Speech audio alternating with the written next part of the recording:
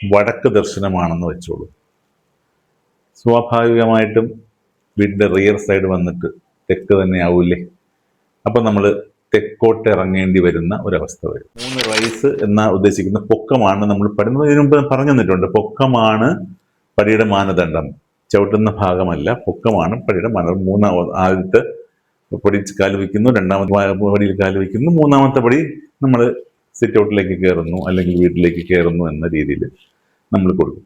ഞാൻ ഇതിനകത്ത് പറയുന്നൊരു കാര്യം എന്ന് പറഞ്ഞാൽ, നമുക്ക് പറ്റുന്നിടത്തോളം എപ്പോഴും കിഴക്കോട്ടും വടക്കോട്ടും ഇറങ്ങുന്ന രീതിയിൽ പുറത്തേക്കുള്ള പടി കൊടുക്കുക. അതാണ് നമ്മൾ ആദ്യം ചെയ്യേണ്ടത്. മൾട്ടിപ്പിൾ എക്സിറ്റുകൾ കഴിയുന്നതും വീട്ടിൽ കൊടുക്കാതിരിക്കുക എന്നുള്ളതും കൂടെ ഒന്ന് ശ്രദ്ധിക്കുക. ചിലപ്പോൾ നമ്മൾ പഴയ തറവാട് വീടുകളൊക്കെ ശ്രദ്ധിച്ചു കഴിഞ്ഞാൽ കിഴക്കോട്ടൊരു മുഖവും ചിലർ തെക്കോട്ട് മുഖം കൊടുത്തതായിട്ടൊക്കെ കാണുന്നുണ്ട്. അതിന് വേറെ കണക്കുകളാണ് അതിനകത്ത് വരുന്നത്. എന്തിനങ്ങനെ കൊടുത്തു എന്ന് ചില പർട്ടിക്കുലർ സമയങ്ങളിൽ മാത്രമേ ആ ആക്സസ് ഉപയോഗിക്കുള്ളൂ. അങ്ങനത്തെ രീതിയിലൊക്കെ നമ്മൾ ഒരുപാട് ആർക്കിടെക്ചർ കണ്ടിട്ടുണ്ട്. അപ്പം നമ്മൾ ഈ 4 കെട്ട് സങ്കല്പത്തിലും അല്ലെങ്കിൽ 8 കെട്ട് സങ്കല്പം, 16 കെട്ട് സങ്കല്പത്തിലൊക്കെ നമ്മൾ ചെയ്യുന്ന വീടുകളുമായി താരതമ്യപ്പെടുത്തി ഒരിക്കലും നമ്മൾ ഏകശാല സംവിധാനം എന്ന് ഞാൻ പറയുന്നത് ഇപ്പോൾ നമ്മൾ ചെയ്യുന്ന ബിൽഡിങ്ങിന്റെ രീതിയാണ്. ഈ ഏകശാല സംവിധാനത്തിൽ നമ്മൾ ഒരിക്കലും ചെയ്യുന്നത്ര നല്ലതല്ല എന്ന് നമ്മൾ മനസ്സിലാക്കുക.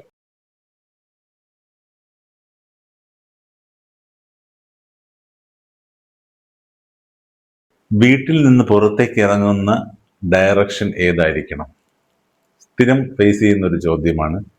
ഇതിനകത്ത് കുറച്ച് വ്യക്തതകൾ വരുത്തേണ്ടതായിട്ടുണ്ട്. നമ്മളിപ്പോൾ വീടിന്റെ ദർശനം എന്ന് പറയുന്നത് അനുസരിച്ചിരിക്കും വീടിൽ നിന്ന് പുറത്തേക്ക് ഇറങ്ങുന്നതും. എൻട്രി പോലെ ഇരിക്കുമല്ലോ എക്സിറ്റും. അപ്പം നമ്മൾ നല്ല ഓസ്പീഷ്യസ് ദർശനങ്ങൾ എടുത്തു കഴിഞ്ഞാൽ ഇറങ്ങുന്നതിനകത്ത് ചില പ്രശ്നങ്ങൾ വരും, അല്ലേ? ഹായ്, നമസ്കാരം. വാസ്തുഗ്രഹത്തിന്റെ മറ്റൊരു അധ്യായത്തിലേക്ക് വീണ്ടും സ്വാഗതം.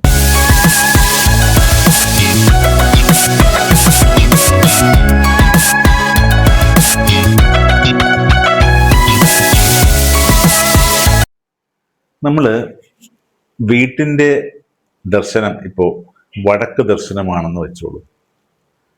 സ്വാഭാവികമായിട്ടും വീടിന്റെ റിയർ സൈഡ് വന്നിട്ട് തെക്ക് തന്നെ ആവൂലേ. അപ്പം നമ്മൾ തെക്കോട്ട് ഇറങ്ങേണ്ടി വരുന്ന ഒരവസ്ഥ വരും. കാരണം വീട്ടിൽ നിന്ന് പുറത്തേക്ക് ഇറങ്ങുന്നത്, മഹാദ്വാരത്തിലൂടെ പുറത്തേക്ക് ഇറങ്ങുന്നത്, തിരിച്ചിറങ്ങുമ്പോൾ വടക്കോട്ട് ദർശനമുള്ള വീടിനെ സംബന്ധിച്ചിടത്തോളം വടക്കോട്ട് തന്നെ ഇറക്കം വരും, തെക്കോട്ട് കയറ്റവും വരും. പക്ഷേ ഇതിന്റെ ഔട്ട്സൈഡ് വരുന്ന ബാക്കി സൈഡുകളിൽ വരുന്ന പൊസിഷനിലും ചില കാര്യങ്ങളുണ്ട് എന്നുള്ളൊരു തോന്നൽ പലർക്കുമുണ്ട്.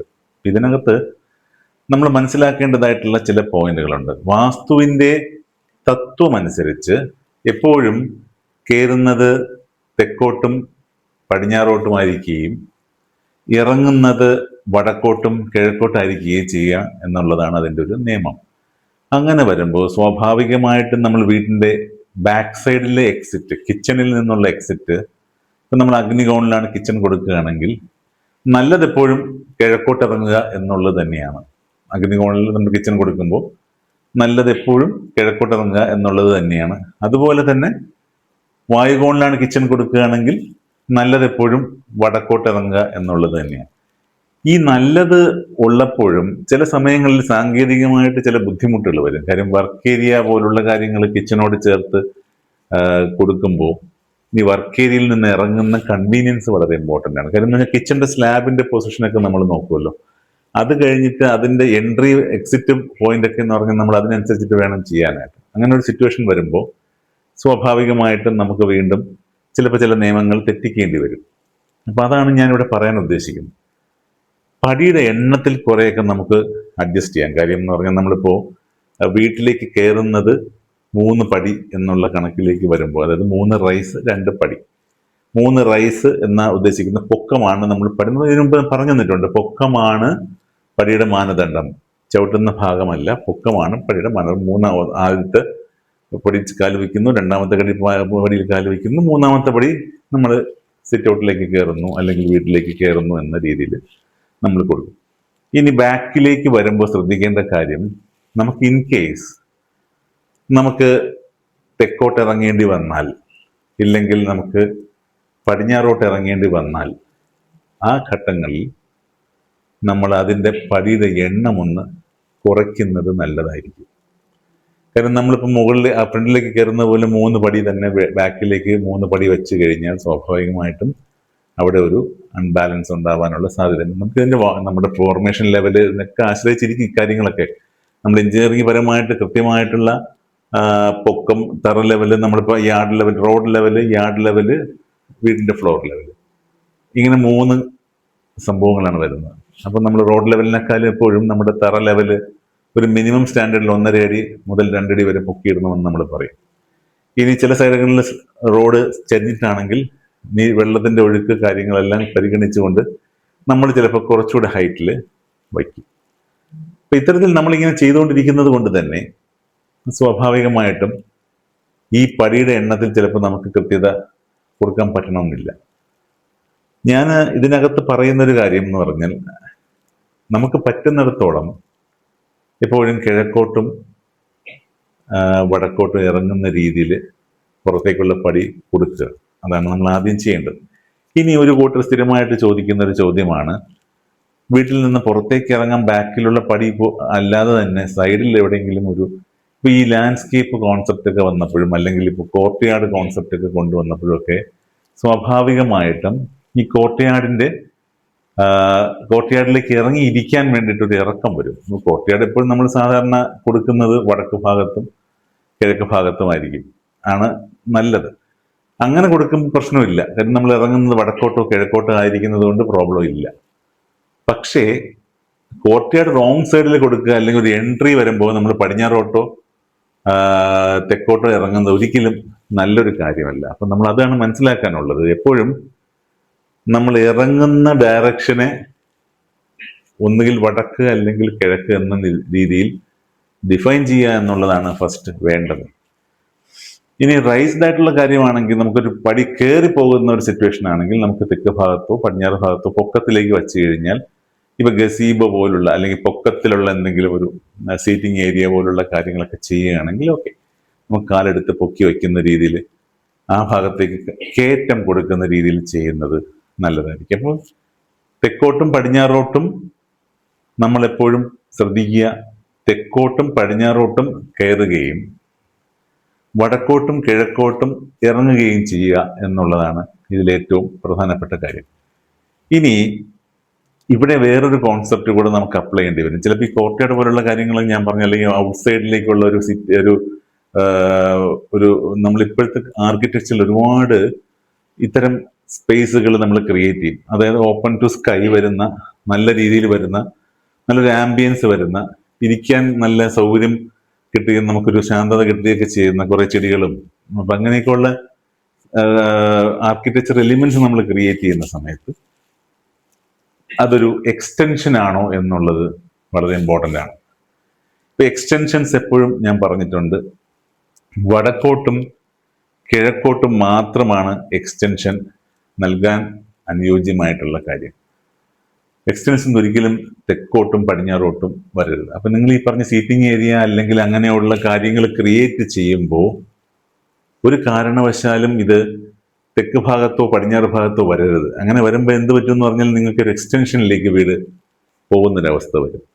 ഇതിനെ ആരൂഢം എന്നുള്ള സങ്കല്പം, അങ്ങനെയുള്ള നമ്മൾ ഒരുപാട് കാര്യങ്ങൾ ഇതിനു മുമ്പ് ഡിസ്കസ് ചെയ്തിട്ടുണ്ട്. പക്ഷേ ഇത്തരം എലിമെന്റ്സുകൾക്ക് ഡയറക്ഷൻ വളരെ ഇമ്പോർട്ടൻ്റ് ആണെന്ന് മനസ്സിലാക്കുക. അപ്പോൾ ഡയറക്ഷൻ ഇമ്പോർട്ടൻ്റ് ആണ്. ഇറങ്ങുന്നതിന് സ്റ്റെയറിനും വെളിയിൽ മൾട്ടിപ്പിൾ എക്സിറ്റുകൾ കഴിയുന്നതും വീട്ടിൽ കൊടുക്കാതിരിക്കുക എന്നുള്ളതും കൂടെ ഒന്ന് ശ്രദ്ധിക്കുക. ചിലപ്പോൾ നമ്മൾ പഴയ തറവാട് വീടുകളൊക്കെ ശ്രദ്ധിച്ചു കഴിഞ്ഞാൽ കിഴക്കോട്ടൊരു മുഖവും ചിലർ തെക്കോട്ട് മുഖം കൊടുത്തതായിട്ടൊക്കെ കാണുന്നുണ്ട്. അതിന് വേറെ കണക്കുകളാണ് അതിനകത്ത് വരുന്നത്. എന്തിനങ്ങനെ കൊടുത്തു എന്ന് ചില പർട്ടിക്കുലർ സമയങ്ങളിൽ മാത്രമേ ആ ആക്സസ് ഉപയോഗിക്കുള്ളൂ.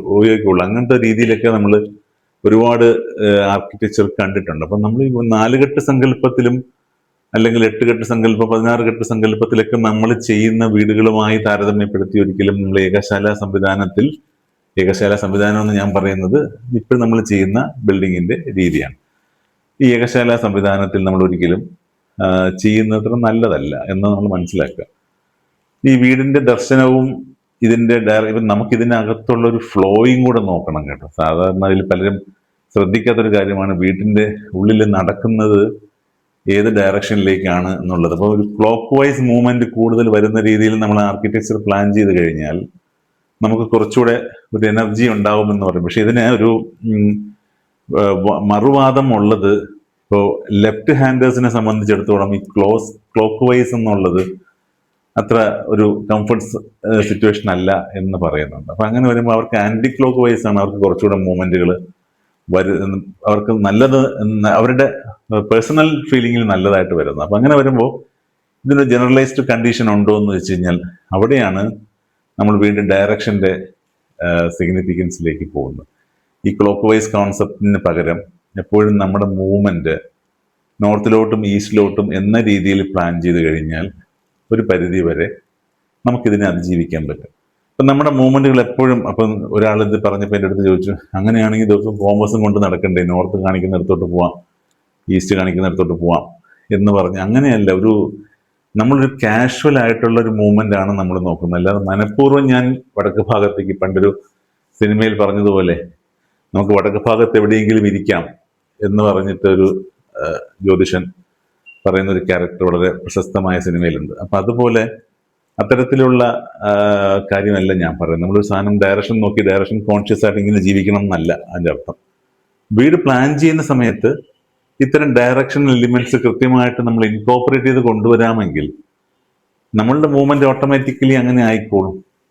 അപ്പൊ നിങ്ങൾ ഒരു ദിവസം വീട്ടിൽ താമസിക്കുന്ന സമയത്ത് വീട്ടിലെ ഓരോ ദിവസം നിങ്ങളുടെ എനർജി എന്ന് പറയുന്നത് നിങ്ങൾക്ക് മനസ്സിലാവും. നിങ്ങൾ ചില പർട്ടിക്കുലർ സോണുകളിൽ ഇരിക്കുമ്പോൾ കൂടുതൽ എനർജൈസ്ഡ് ആയിട്ട് തോന്നും, ചില സോണുകളിൽ ഇരിക്കുമ്പോൾ വളരെ നമുക്കൊരു റെസ്റ്റ്ലെസ് ഫീലിംഗ് ഒക്കെ ഉണ്ടാവും. ഇതെല്ലാം നമ്മൾ തന്നെ ഒബ്സർവ് ചെയ്ത് കണ്ടുപിടിക്കാനാണ്. വീട് എന്ന് പറയുന്നത് നമ്മളൊരു സ്വയം ഒരു എക്സ്പെരിമെന്റ് ചെയ്ത് നോക്കുക. നമുക്ക് ഏതൊക്കെ സോണിൽ ഇരിക്കുമ്പോഴാണ് ചില ബെറ്റർ ഡിസിഷൻസ് എടുക്കാൻ പറ്റുന്നത്, അല്ലെങ്കിൽ നിങ്ങളുടെ ജീവിതത്തിലെ ബെറ്റർ തീരുമാനങ്ങൾ എടുത്തത് എവിടെ ഇരുന്നാണ്.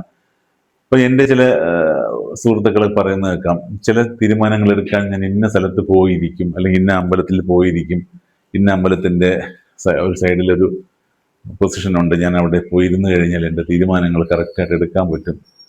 അങ്ങനെയൊക്കെ ഒരുപാട് പറയുന്ന ആൾക്കാരുണ്ട്. സ്വാഭാവികമായിട്ടും ഇതെല്ലാം നമുക്കൊരു സൈക്കോളജിക്കൽ കണക്റ്റഡ് സ്പേസുമായിട്ട് കിട്ടുന്നത് കൊണ്ടാണ് അങ്ങനെ ഒരു ഫീലിംഗ് ഒക്കെ വരുന്നത്.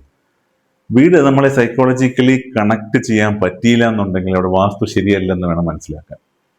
വീട് നമുക്ക് സൈക്കോളജിക്കലി കണക്ട് ആവണം, ഒപ്പം തന്നെ സ്പിരിച്വലി എൻഹാൻസിങ് ആവണം എന്നാണ് വാസ്തു പറയുന്നത്. ആത്മീയമായിട്ടുള്ള തലങ്ങളും വാസ്തുവിൽ ഒരുപാട് ഫിലോസഫി മാത്രമല്ല, വാസ്തുവിൽ അതിൻ്റെ സ്പിരിച്വൽ എലിമെന്റ്സ് കൂടുതലാണ്, പിന്നെ അതിനകത്ത് ആർക്കിടെക്ചറൽ എലിമെന്റ്സ് കൂടുതലാണ്. അപ്പം അതെല്ലാം നമ്മൾ വിശദമായിട്ട് വാസ്തുവിനെ പഠിക്കുമ്പോൾ മാത്രമാണ് വാസ്തുവിൽ അന്തർലീനമായിരിക്കുന്ന കാര്യങ്ങളെക്കുറിച്ച് നമുക്ക് കൂടുതൽ ബോധ്യം വരുന്നത്.